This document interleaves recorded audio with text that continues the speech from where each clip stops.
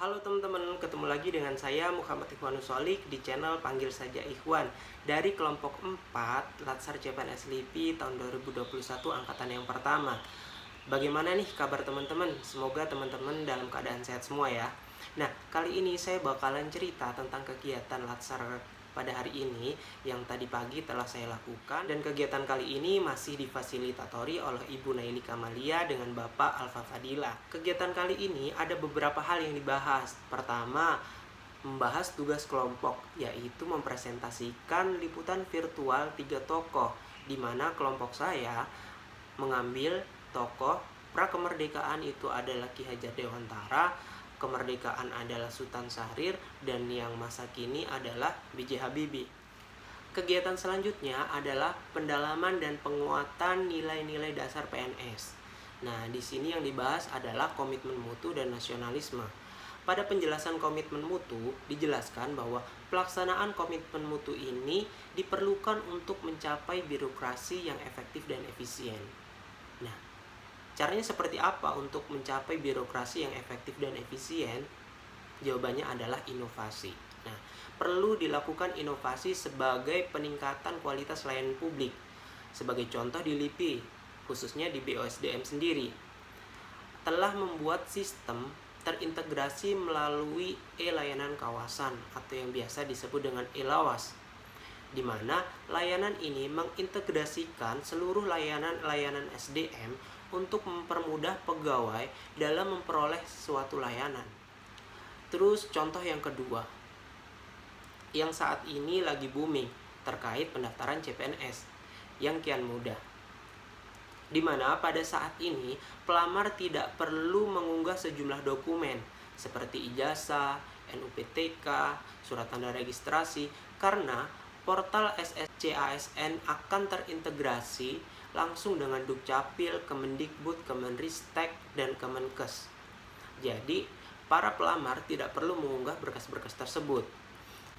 Selain itu, BKN juga melakukan peningkatan fitur teknologi face recognition, di mana sistem ini dapat mengidentifikasi peserta yang melakukan ujian, sehingga meminimalisir adanya percaloan.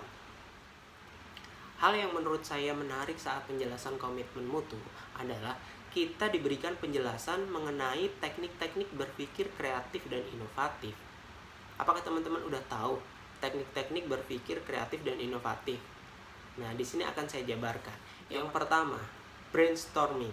Nah, hal ini dilakukan untuk menemukan ide-ide baru yang didasarkan pada spontanitas dan kreativitas dari setiap anggota kelompok. Dan yang kedua, scamper. Ini merupakan singkatan dari yang pertama, substitute, combine, adapt, modify, put to another use, eliminate, dan reverse. Nah, pembahasan kedua adalah nasionalisme. Di sini dijelaskan bahwa setiap warga negara, khususnya ASN, jangan sekali-kali melupakan sejarah. Pancasila sebagai ideologi dalam perumusannya melalui beberapa fase. Yang pertama, fase pembuahan. Yang kedua, fase perumusan. Dan yang ketiga adalah fase pengesahan. Sehingga muncullah konsensus berbangsa dan bernegara sebagai pegangan, yaitu yang pertama Pancasila, yang kedua Undang-Undang Dasar 1945, yang ketiga Bhinneka Tunggal Ika, dan yang keempat Negara Kesatuan Republik Indonesia. Nah, pegangan tersebut diharapkan mampu menjadi pendukung dalam pelaksanaan fungsi ASN. Yang pertama sebagai pelaksana kebijakan publik, yang kedua sebagai pelayanan publik, dan yang ketiga sebagai perekat dan pemersatu bangsa. Nah, maksudnya seperti apa nih gitu? Sebagai pelaksana kebijakan publik.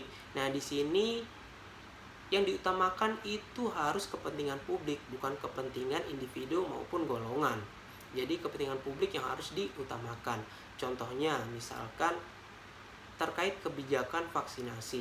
Kita sebagai ASN harus sadar terkait wajib vaksinasi. Kita harus mengikuti, harus mensosialisasikan kebijakan yang udah ada. Karena vaksinasi ini adalah untuk kepentingan publik, bukan untuk kepentingan pribadi. Terus yang kedua yaitu layanan publik. Nah, layanan publik ini sebagai ASN kita harus profesional dan berorientasi pada layanan. Misalkan sebagai contoh, kita di BSDM meskipun tidak secara langsung melayani masyarakat secara umum, kita melayani SDM atau pegawai-pegawai yang ada di LIPI untuk menjalankan tugasnya bisa maksimal seperti itu. Terus yang ketiga yaitu perekat dan pemersatu bangsa. Nah, seorang ASN harus memiliki semangat nasionalisme yang tinggi dan menciptakan kondisi yang aman dan damai. Khususnya untuk saat ini, kita sebagai ASN harus menjaga sikap dalam bersosial media. Nah, itu tadi penjelasan materi pada hari ini. Mungkin sampai sini dulu learning journal saya kali ini. Jangan lupa subscribe, like, komen, dan share.